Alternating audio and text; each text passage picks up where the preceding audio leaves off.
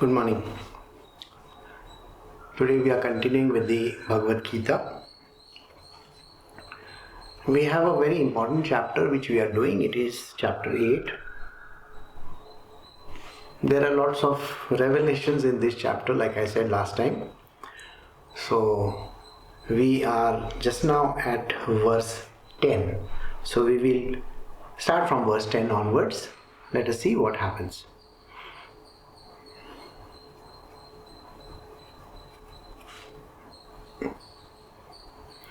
So we are doing the Bhagavad Gita, chapter 8, verse 10. Having by the power of yoga firmly held the life breath in the space between the two eyebrows, even at the time of death, and then contemplating on God with a steadfast mind, full of devotion, he reaches verily that supreme divine Purusha. So, having by the power of yoga firmly held the life breath in the space between the two eyebrows, even at the time of death.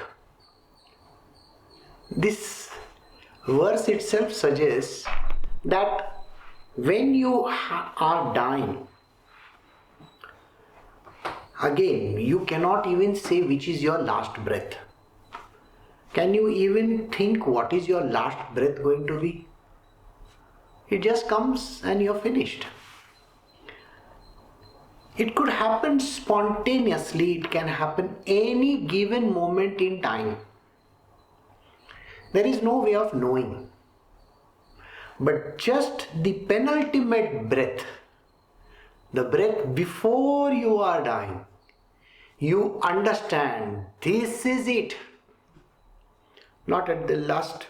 You see, you cannot at this whole point in time realize that you're going to be alive or you're going to be dead. Even when you're small or when you're grown up, you have no clue. Because death is beyond anybody's ken and understanding.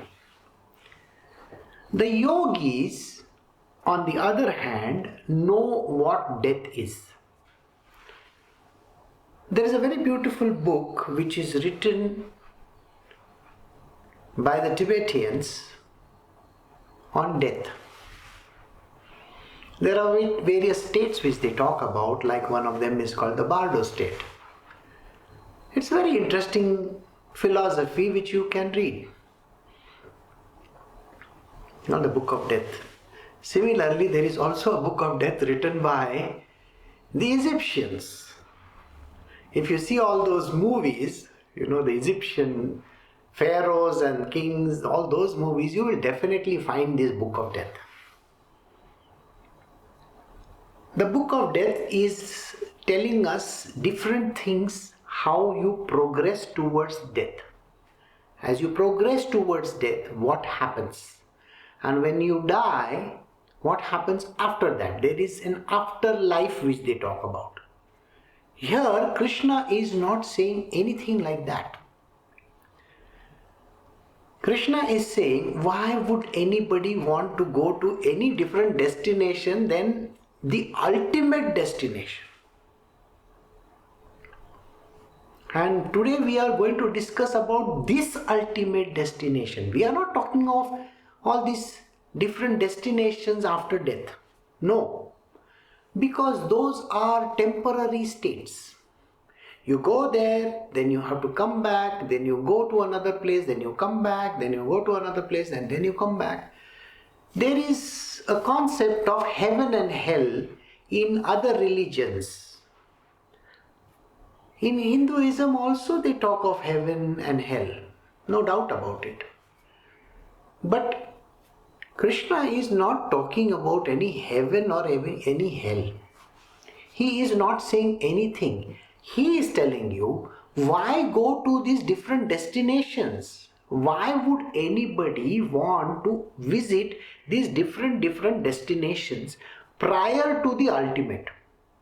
Remember, the ultimate destination is achievable by normal people, average.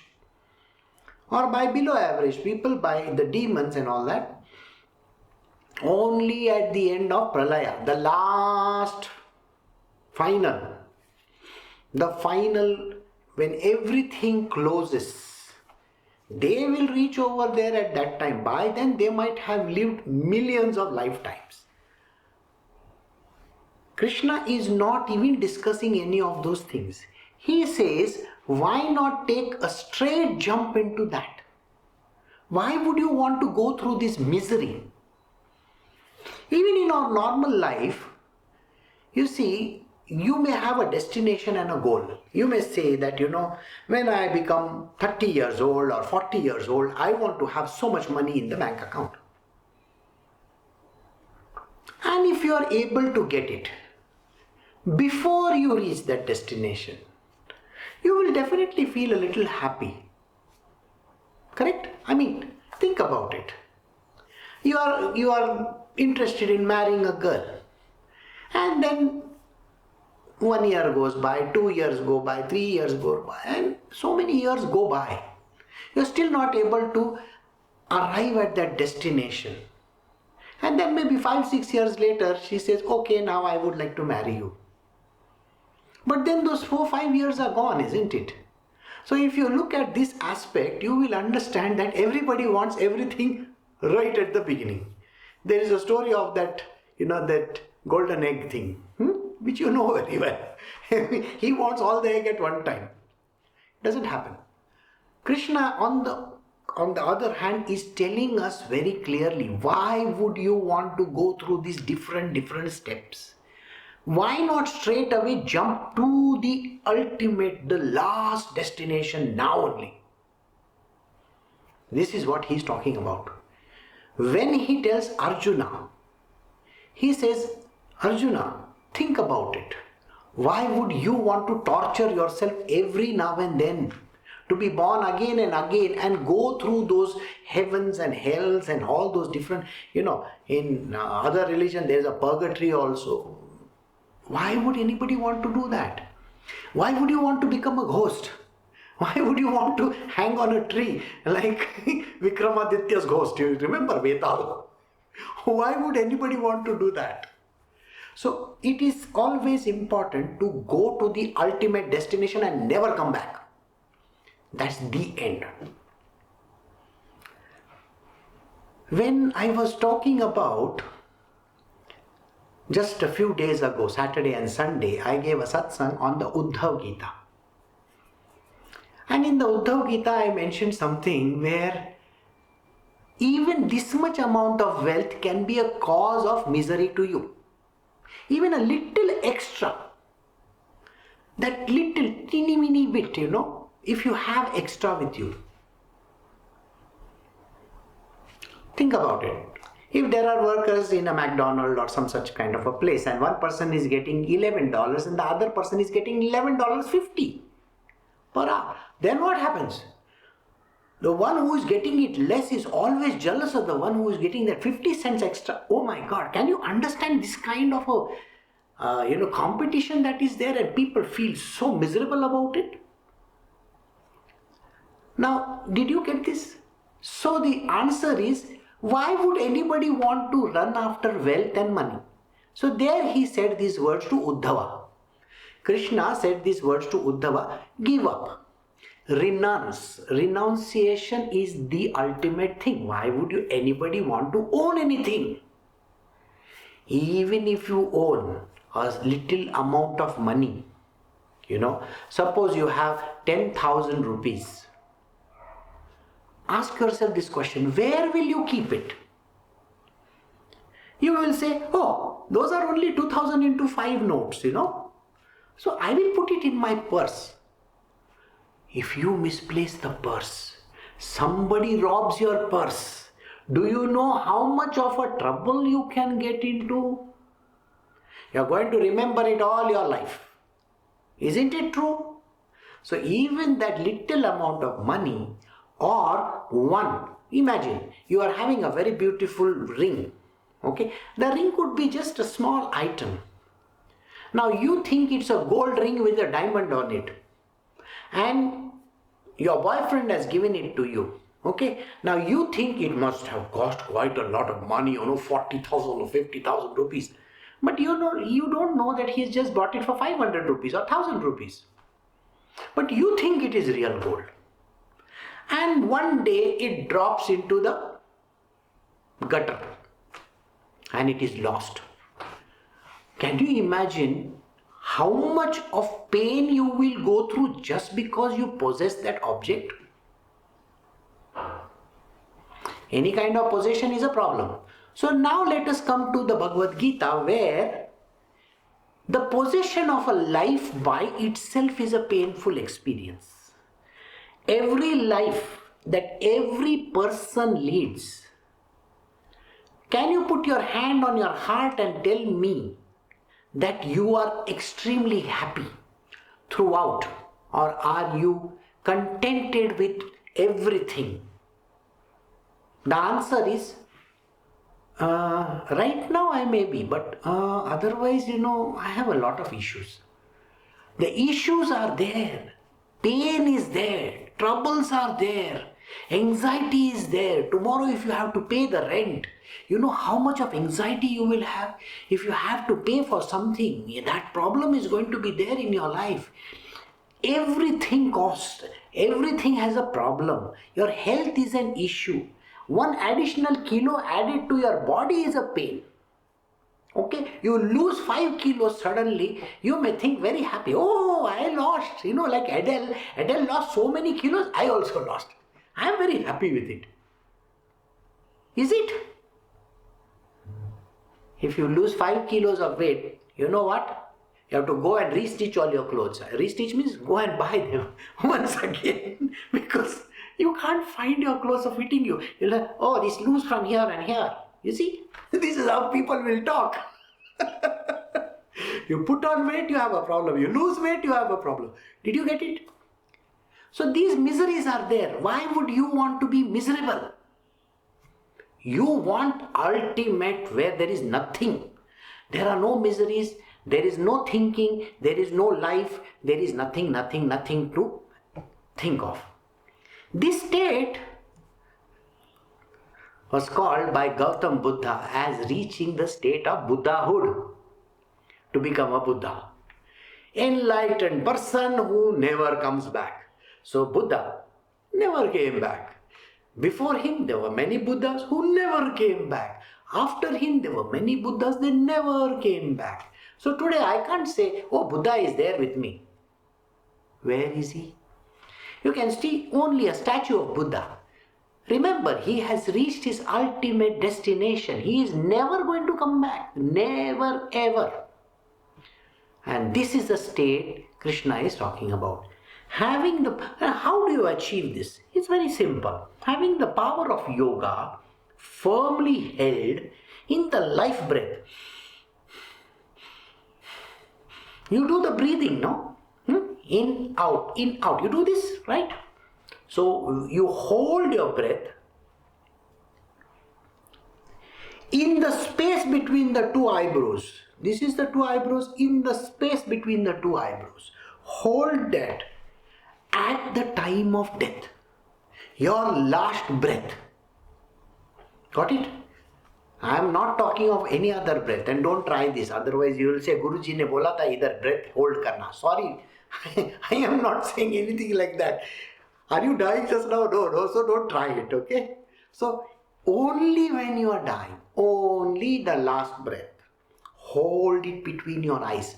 And how will you remember this? By heart this verse if you want to, so that you can remember it. So hold at the time of death, the breath here in between your two eyebrows. Is very clear. These two eyebrows are there. In between that, it is the place of the Agya Chakra. Okay? There is a chakra over there. There is a power center there. You hold it there. And then contemplating on God with a steadfast mind. Hold the breath. Breath is one thing. Second thing is the mind. The mind is always wandering here and there. Remember, last week we did something where if your mind wanders, you're going to stick to that while dying, and you will come back again because you thought of that object. So whatever object you think just before death, just before death, whatever object that your mind thinks of, you will achieve that. You are going to achieve that place, that destination, that person, that place, or whatever you say. Just before death, suppose you think, oh, I want to go to Switzerland. And you are dreaming of the Swiss Alps. Don't worry, you will end up in Switzerland in your next life. Don't ask me what you are going to end up as. Maybe you will be a ferret or a bear or somebody like that. I don't know. You're going to be something over there. Not a human being, of course not. Human life is frivolous. It's one life. If you cannot lead it, you're gone. If you cannot, the idea of having that one life is to reach this destination. So we will come to this. So you have to contemplate only on God with a steadfast mind. You cannot have thoughts cluttering you. Some people are standing on top of your head and saying, don't die, don't die. You know that all those things that we see in the movies, somebody is dying. And you will find the hero must be standing next to her saying all kinds of words, or maybe the heroine is there, everybody is crying. Don't look at them. Don't. Only think of God. Don't think of the property that you're leaving behind. What is going to happen after I die? Don't do that also. He's saying very clearly, think only of God with full devotion. Don't think that you say, I will show you.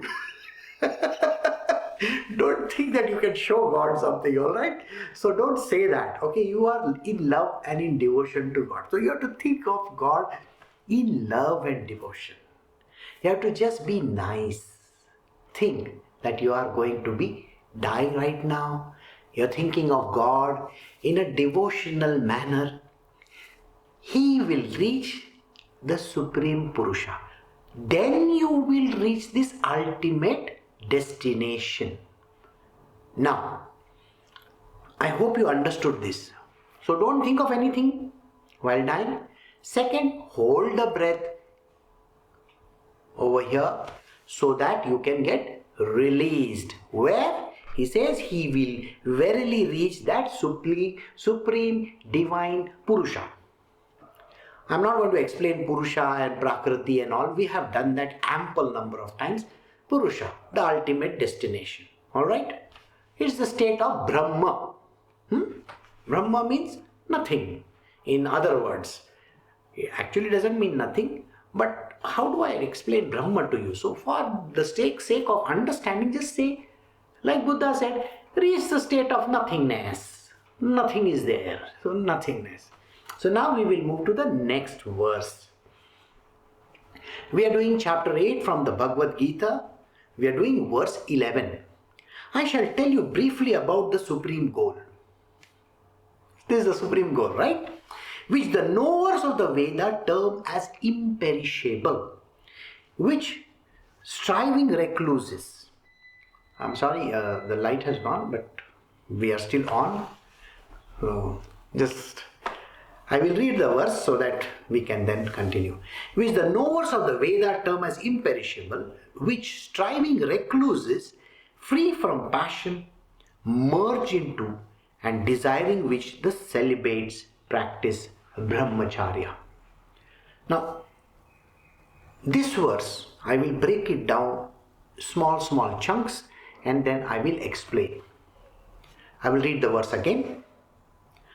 I shall tell you briefly about the supreme goal, which the knowers of the Veda term as the imperishable, which striving recluses, free from passion, merge into, and desiring which the celibates practice brahmacharya. So we are talking about a number of different followers. First, we will take the first one. So, the knower of Vedas. Those who know the Vedas. How many know the Vedas? Hardly any. So, we have to eliminate that person over there. Just a few. Okay, let us just say the knowers of Veda are very few. So, there are knowers of Veda. They think of this destination. Which destination? It is called the ultimate destination, the final place, the final destination. Alright? So the knowers of Veda call this place, the Brahma, as the final destination. So, we are going to learn about this. They call it imperishable. It doesn't get destroyed.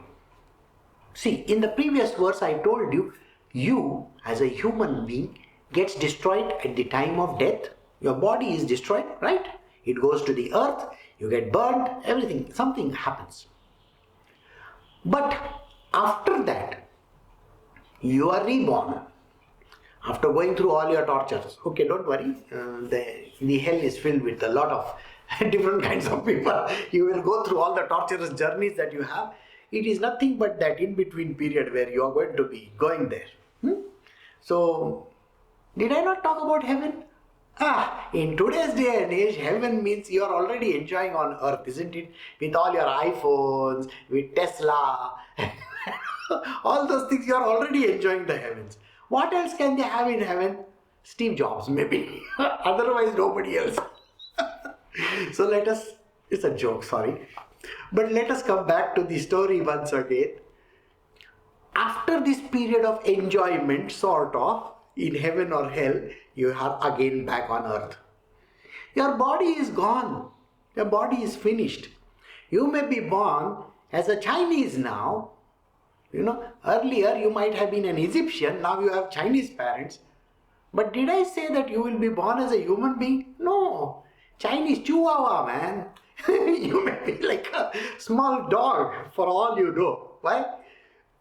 That is how it works. And maybe you will die once again. You may get eaten or something like that, I don't know. Then you will be born once again as something else. And then something else. So tell me, is this called the indestructible? No. It is never the indestructible because you are destructible. You will die once again and again and again and again. Now tell me, is earth indestructible? No, it is destructible. It's going to get finished one of these days. Is the sun? It is going to get destroyed. The whole planetary system? That also may get eaten up. Right? Some black, the dark black holes they call it, somewhere. That comes around, and then what happens? Everything gets eaten up. So we are not even sure. Then what remains? That which remains should be the indestructible. That which cannot be destroyed. Got it? So there is nothing there which can destroy it. That it. So the knowers of Veda call that place indestructible. Did you get it? They say this supreme goal, the ultimate destination, the final destination is the ultimate goal which is not destroyed. It is there. So you go over there after death. The striving recluses free from passion merge into, desiring which the celibates practice brahmacharya. Have you seen all these sadhus wearing orange color clothes? I'm not saying all these sadhus are like that. Some sadhus, they are like our filmy sadhus, They wear only that garment. But they are not sadhus at all. But if there is a true recluse, a true sadhu, a real sadhu, that person who is free from all contamination. See, the striving recluse, striving means he's really trying very, very hard. This is the sannyasi who has given up his life, who has said, this is it, I don't want to get into anything. They have already decided, why should I bother about my life? And they give up that life. And then they go and become a sannyasi. Today's day and age, those who really want to run away from their life become sannyasis. I can tell you this much. Sannyasa is not for escapism. Please understand this. Becoming a sannyasi doesn't mean you have to escape from society. You may be a sannyasi, you may be living in some fancy location like Haridwar or Benares or some such place. I don't care where you stay. There also you will be thinking, oh, I am hungry, I need some food. Oh, I am thirsty, I need some water. Oh, what a beautiful woman coming near me. These are thoughts. You're thinking about the jalebis, you're thinking about, you see, if you go to Haridwar and Rishikesh, you're thinking of choti wala. You know, they make that ragda, pani puri, this, that. So you are looking at those objects over there. You're looking at the lassi somebody is drinking. That is not a sannyasi. You are talking about escapism. Sannyasa ashrama is a very serious issue. First, you have to give up on all your possessions. You can't have anything with you. No money, no clothes, nothing. You can't be going to these places and thinking about what is going to happen to my wife. Or the woman will think of what is going to happen to my children, my husband, my in-laws. She is not able to think like that. So any person who does this kind of a thinking is not a sannyasi at all. If you are dwelling in this path on objects, then you are not a sannyasi. Here we are talking about those who are true sannyasis and who practice brahmacharya. Do you know how difficult it is to practice brahmacharya? Brahmacharya means you cannot even see a picture of a woman if you are a man. You got it? You cannot even see a picture of a woman. You cannot even think of her. And if you are a woman and if you have taken this step, you cannot even think little bit about a man. You cannot think of a man from any point of view. You cannot think, you cannot even see them. This dilemma was there in front of Gautam Buddha. You see, he went to his kingdom, the Shakya Muni's place where he came from, in Nepal. And when he visited that place, his son and everybody, including his mother, wanted to become a sannyasi. Now, how do you get a woman inside the sannyasa ashram? They are called bhikkhus and bhikshunis, you know. So how do you get them? Because Buddha had all men. And remember, they are the renunciates and they practice brahmacharya. That means they cannot even think of anything. I will give a small explanation on brahmacharya in 1 minute. So these brahmacharis, they have this ultimate destination also. Brahmacharya, acharya. Acharya also means a teacher. So these brahmacharis also, their ultimate destination is also the same thing called Brahma. Brahman, which is the ultimate Purusha or the supreme goal. Got it? Final destination. So they also, they strive very hard.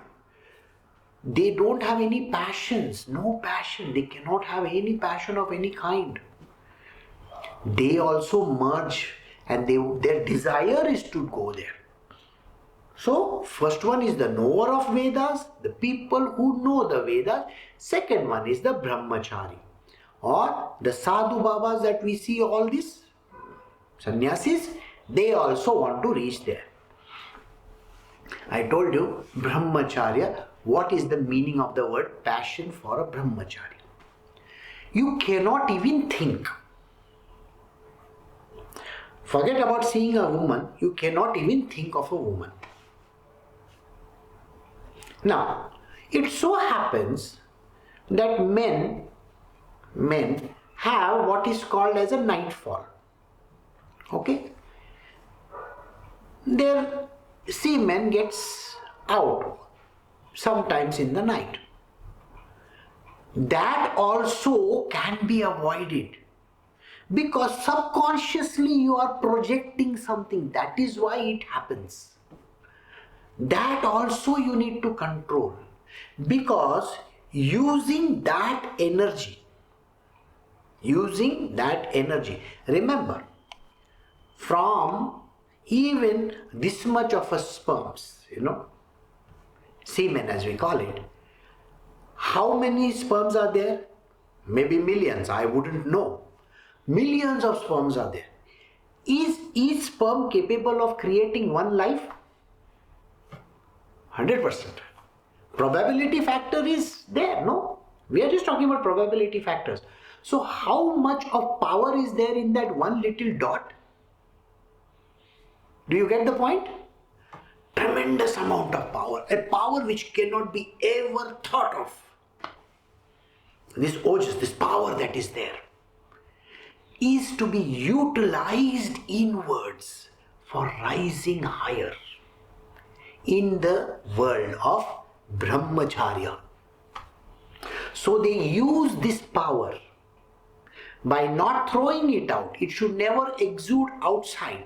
It is to be used inside. Now these techniques are not known today to man, by the way.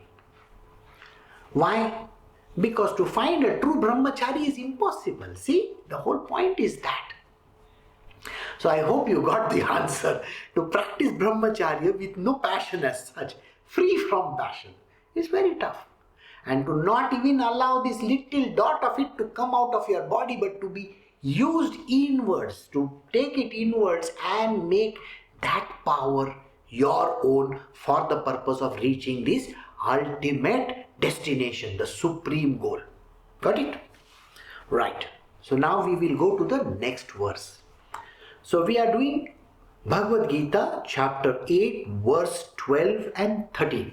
I think there are two verses together. What is the technique?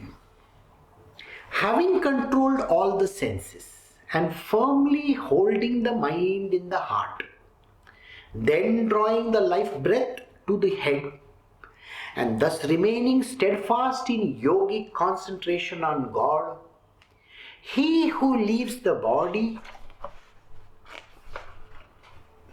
and departs uttering the one indestructible Brahma, Om, and dwelling on me in my absolute aspect, reaches the supreme goal. It's a long story. Let us go through it step by step.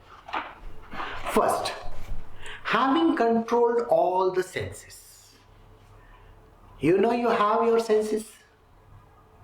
They are external points. Seeing outside through your eyes, hearing outside through your ears, smelling outside through your nose, tasting through your tongue, and the touch. 5. Right? They have to be controlled. Which means you can't see anything. Number 1. You can't hear anything. Number 2. You can't smell anything. You can't taste anything. You can't touch anything. So controlling these senses together, which clearly indicates where can you be? Here also when I am doing my satsang, I can hear the aircraft going upstairs. See?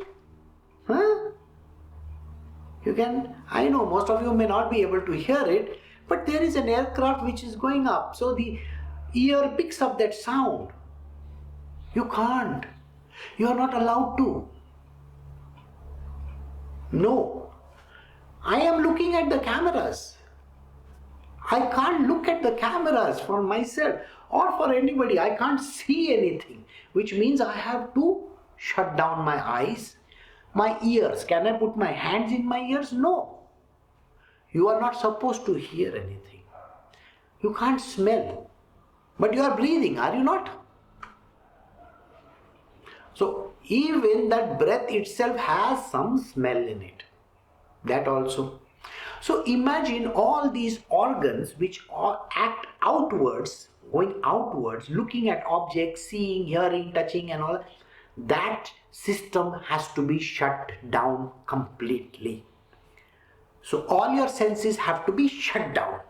Number one, they have to be controlled. So you cannot wander with your eyes outside looking here and there. Number one. Got it? You can't be hearing things. You can't be smelling. You can't be tasting. You can't be touching anything. So control the senses. Number two, firmly holding the mind in the heart. Where is the mind? This is the biggest question anybody is asked has, what? This is your brain, sir. So it is like pointing to the CPU of a computer and saying, that is the computer. No, that is the CPU, right? You have a screen, you have a keyboard, you have a mouse, you have a CPU, you have an internet connection, you have the plugs which you plug in. There are so many things. So where is the computer?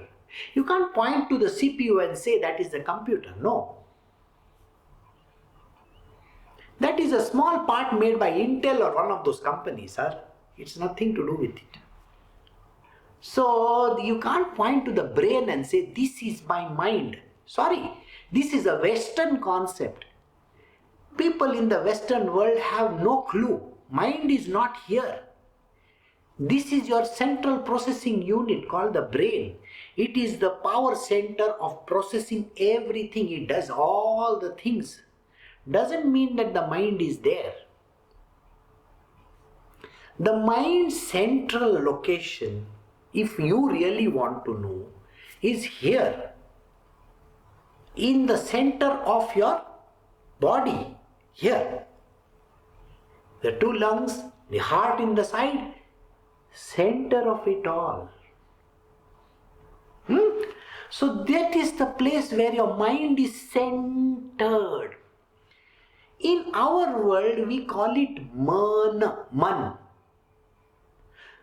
Mere tan me Ram, man me Ram, Rom Rom me Ram re. We say this or no?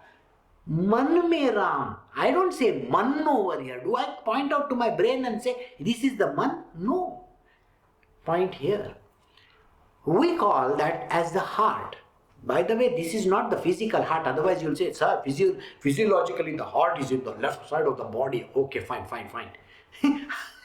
That is science. This is spiritual. The spiritual center of the heart. It's the Anahata Chakra. Unheard chakra. Why unheard? We are seeing it in this verse because we have to utter the Om. So let us come back to it. So the mind has to be gathered in this heart. So he says, holding the mind in the heart. Mind is a body. One of the sheaths. Sheath. You understand? Sheath means layers, you know. 1 layer, 2 layer, 3 layer, 4 layer, 5 layers. We have 5 layers total. There are many, but for kindergarten students, I will say only 5 are there. Okay. Let us not go any further than 5 and 3 bodies are there. Okay. You are comprising of 3 bodies. 1, 2, 3. So the second body controls the mind sheath. It is called the subtle body. Subtle body, mind is spread all over. It's like one of the sheaths, coverings of the body. I bring that whole thing to this point source, and I put it in my heart. This spiritual heart, which is the Anahata Chakra. Which means I concentrate my entire mind at a single point source called the heart chakra. Did you get it? So this is what you got to do. And then drawing the life breath to the head.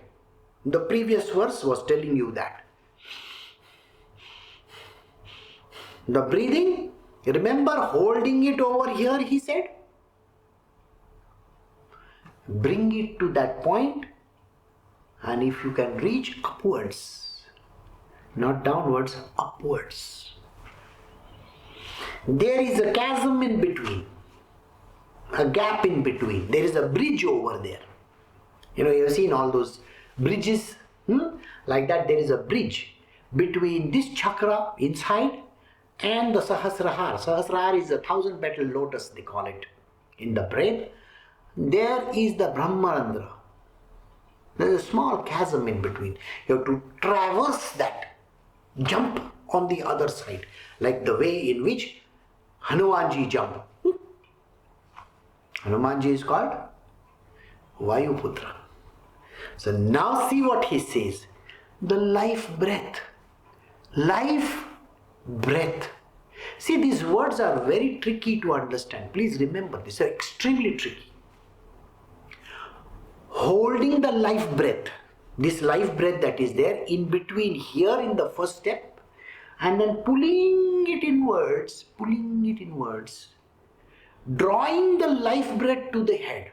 So you have put your mind in the center of your heart, concentrate in the center.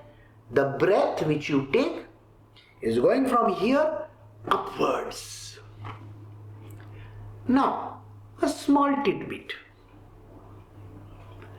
Hanumanji, Maruti Raya, we call him, or Anjaneya, I think. Who is he? He is called Vayuputra. Vayuputra. Somebody who is the son of Vayuputra. So Vayu. Life breath. Life breath. The son of life breath. Concentrating over here, he jumps over like he jumped from India to Sri Lanka. You have heard about it in the Ramayana, isn't it? So he works with you to jump inwards towards this big place.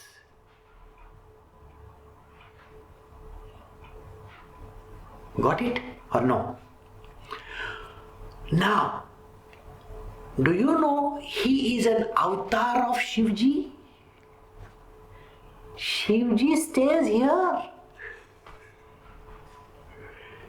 Shivji stays in the Kailasha. See, those who follow these little tidbits will understand what I am talking. These are little observations which you should see. This Vayuputra is nothing but an avatar of Shivji. So in the material world, he works in conjunction along with Sri Ram. He is the sevak of Sri Ram. Sri Ram is the divinity inside of you. He works with the divinity. The soul inside every person, that is the Jivatma inside every person, is the Sri Ram.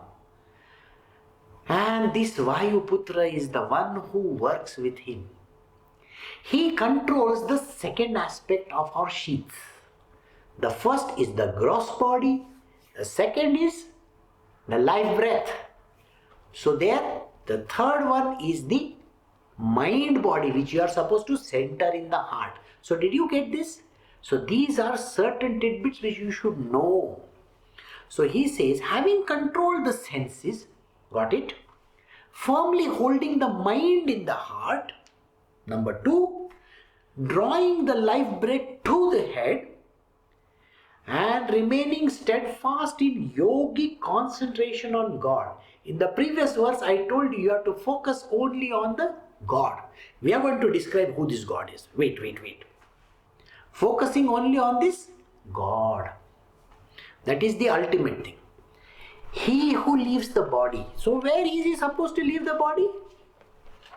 At the time of death. And departs, goes away, uttering the one indestructible Brahma, Om. So when he goes away with the Anahatas, the sound, unheard sound of Om, he says this and departs. Now the final destination which I told you. Who is this God we are talking about? Dwelling on me. Krishna is saying these words. I am that supreme destination. Who is the supreme destination? I am that supreme destination. Dwelling on me. You have to dwell on me. You have to only think of me. In my absolute aspect. Not in the physical aspect that you are thinking of. You are thinking of that Krishna. Sorry. No. Do you remember the four-armed form that he had? Which he shows to Arjuna? Yes. That is the ultimate absolute aspect of his. This is my absolute aspect. Reaches the supreme goal.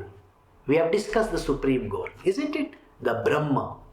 So I am that supreme goal.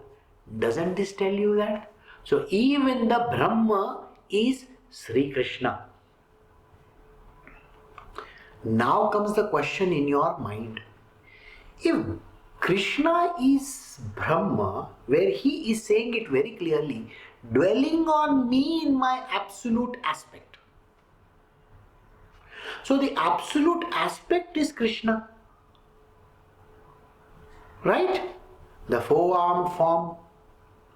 He's got four arms. Shankha, Chakra, Gada, Padma. We have this four-armed. You have seen him in various places. As Narayana. You have seen that, isn't it? You have seen in Balaji also. You have seen in various other locations also the four-armed form. That is the absolute aspect of his. We have to reach the state of Brahma. We call it Narayana also. Doesn't matter. You want to call it whatever you want to. Doesn't matter. Just call it the absolute aspect, the Brahma. So Brahma is him. If he is Brahma, then who is he? This is the mystery. And the mystery cannot be unraveled today. So we will do the next verse. So I hope you got this verse very clearly. I have broken it down to you in a systematic manner. For a recap, I will tell you. You have to control your senses. Number 1 point. Firmly holding the mind in the heart. Number 2. Bring your entire body called the mind. The mind is that subtle body. Bring it to the center of your heart, which is the Anahata Chakra. Number 2. Drawing the life breath to the head. When you are drawing in the previous verse, you were taking your breath and holding it here. Now bring it upwards. Bring it towards the Sahasrahar. The jump is required. Like that. That jump is required. Then you have to be in a steadfast yogic concentration. You can only think of God while you're doing that. Alright, so when you're thinking of God, then you have to talk. Then you have to say this indestructible Brahma, which is called by the name Om. So say these words, Om. It can be done subtly also. You don't have to shout suddenly Om and then die. Okay, please don't do that. Okay, that is only for the movies. You have to dwell on me. Dwelling on me. I am the absolute aspect. So here Krishna is telling you he is the absolute aspect and not anybody else. Got it? Then you have reached your supreme goal. Then you have reached the state of Brahma. So we will do one more verse. So we are doing chapter 8 from the Bhagavad Gita, verse 14. Arjuna. Whosoever always and constantly thinks of me with undivided mind, so that yogi ever absorbed in me, I am easily attainable. Arjuna, whosoever always and constantly thinks of me with undivided mind, to that yogi ever absorbed in me, I am easily attainable. That means Krishna is telling you, you can attain this ultimate destination, which is nothing but me. I am the ultimate destination. Do you get the point? So, whosoever always and constantly thinks of me.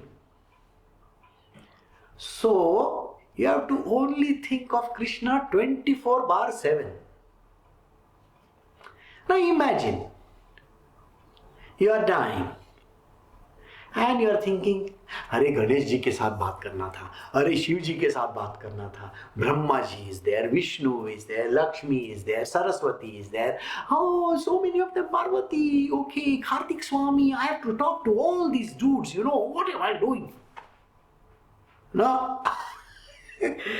Whosoever always and constantly thinks of me with undivided mind. You can't have these divisions in the mind. You can't say, I want to think of this one, I want to think of that one, I want to think of that one. No. The only one that you got to think of is me. I am Sri Krishna. Please only think of me. Don't think of any other thing. Krishna is telling Arjuna this very simple verse in which he says, you please only think of me. Because I am your ultimate destination. Did I not tell you in the previous verse? So, I am your ultimate destination. Think of me as the absolute aspect. See, in the previous verse he said, no, I am the absolute aspect. Means, the Narayana form, which is the absolute form, which is the one that came about first. That form. Let Purusha, Prakriti and all those things happen now. And then the three gunas came into the picture. When from the Brahma, all these things were happening, the three gunas were born by Maya, three gunas, Sattva, Rajas and Tamas, and from Sattva came Vishnu and Lakshmi. From Rajas came Brahmaji and his wife, okay, Saraswati. And from Tamas came Shivji and Parvati. Three gods, three gunas. They came from this aspect only. But before that, we come to that ultimate aspect. So he says, whosoever always and constantly thinks of me with undivided mind, you can't think of any other thing. Sorry.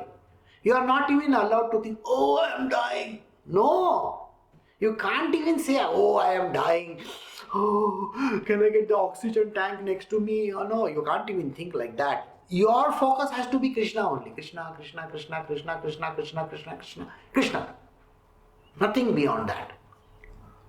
Whatever it is, only one name on your lips, in your heart, in your mind, in the brains, in your body, everywhere, the whole place, okay? Tongue. You can't think of any other thing. The thinking body is all over. I told you, the thinking body, which is the subtle body, is all over the place. God just got to think of Him only. Krishna, Krishna, Krishna, Krishna, Krishna, Krishna, Krishna. So when you are constantly thinking of me with undivided mind, this yogi, this person who was dying, the previous so many verses that we did, he is dying, isn't it? When this yogi is dying, he will easily attain me. He will come to me. Got the answer or no? It's a very, very silly answer. Please understand. The idea is, Krishna always says, see, remember, you know what Krishna says? Oh, he came to me, she came to me. They say this. Krishna always says these words. They are very unique words when he says them. When he gives these tidbits, he will always say, oh, that person came to me. after they are dead. After that they are dead, they came to me. Came to me means what? This is what it means. They come to me. I am the ultimate destination. Don't you know that? So many verses went by, I am saying the same thing. I am that ultimate goal and the destination of everybody. They come to me. My devotees come to me. Period. Full stop. Nothing beyond that. So always remember this. Krishna always says these words. When you come to him, which means you have reached him. This is what he says, I am easily attainable. If you only take my name, if you only dream of me, if you only think of me constantly sitting, eating, drinking, sleeping, walking, talking, doing all kinds of activity, you only think of me, you will come to me. Why are you bothered? I think we have 5 more minutes, we can do one more verse. So, this is chapter 8, Bhagavad Gita, verse 15. Great souls who have attained the highest perfection, having come to me, are no more subject to transitory births, which is the abode of sorrow and transient by nature. Right. In this, if we break it down, it is like this. Only the great spiritually enlightened people, the great souls, those who have attained the highest perfection, they are highest in perfection, beyond sattva.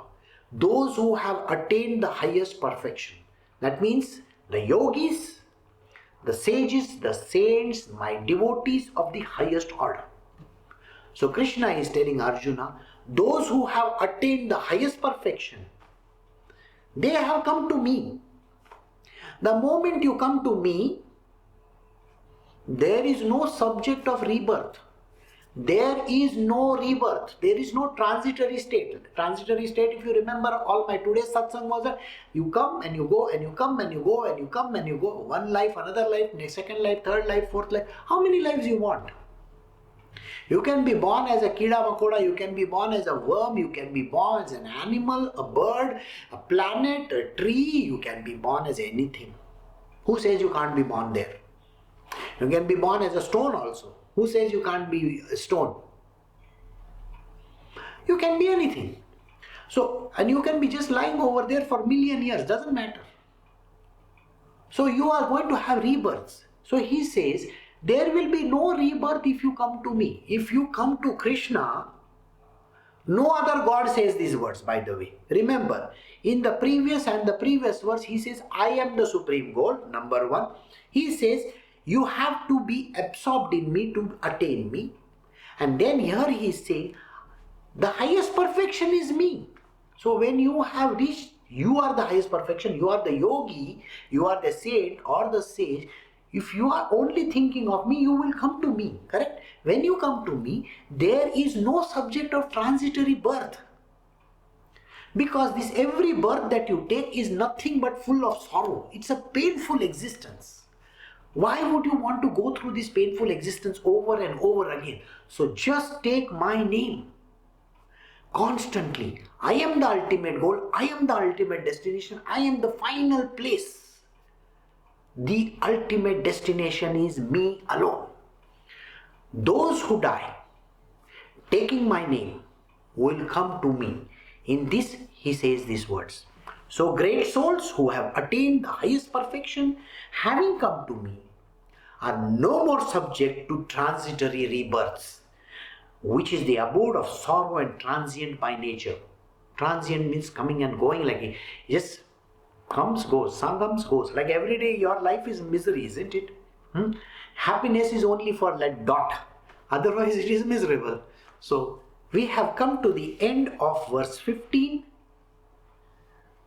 Next week is a very, very interesting secret which is going to get revealed. So those who really wish to listen to this secret, listen to it, because it's something which 99.999% of these people in the world don't know anything about. So be ready for that. Come next time. So we have come to the end of chapter 8, verse 15, and I will see you all in the coming week. Those who wish to join me for the evening satsang at 4:30, in the evening you can join. Today there is no Guru Charitra because of certain difficulties. We will have that tomorrow. So take care. Have a great day. I will see you all in the evening or in the coming week. Bye.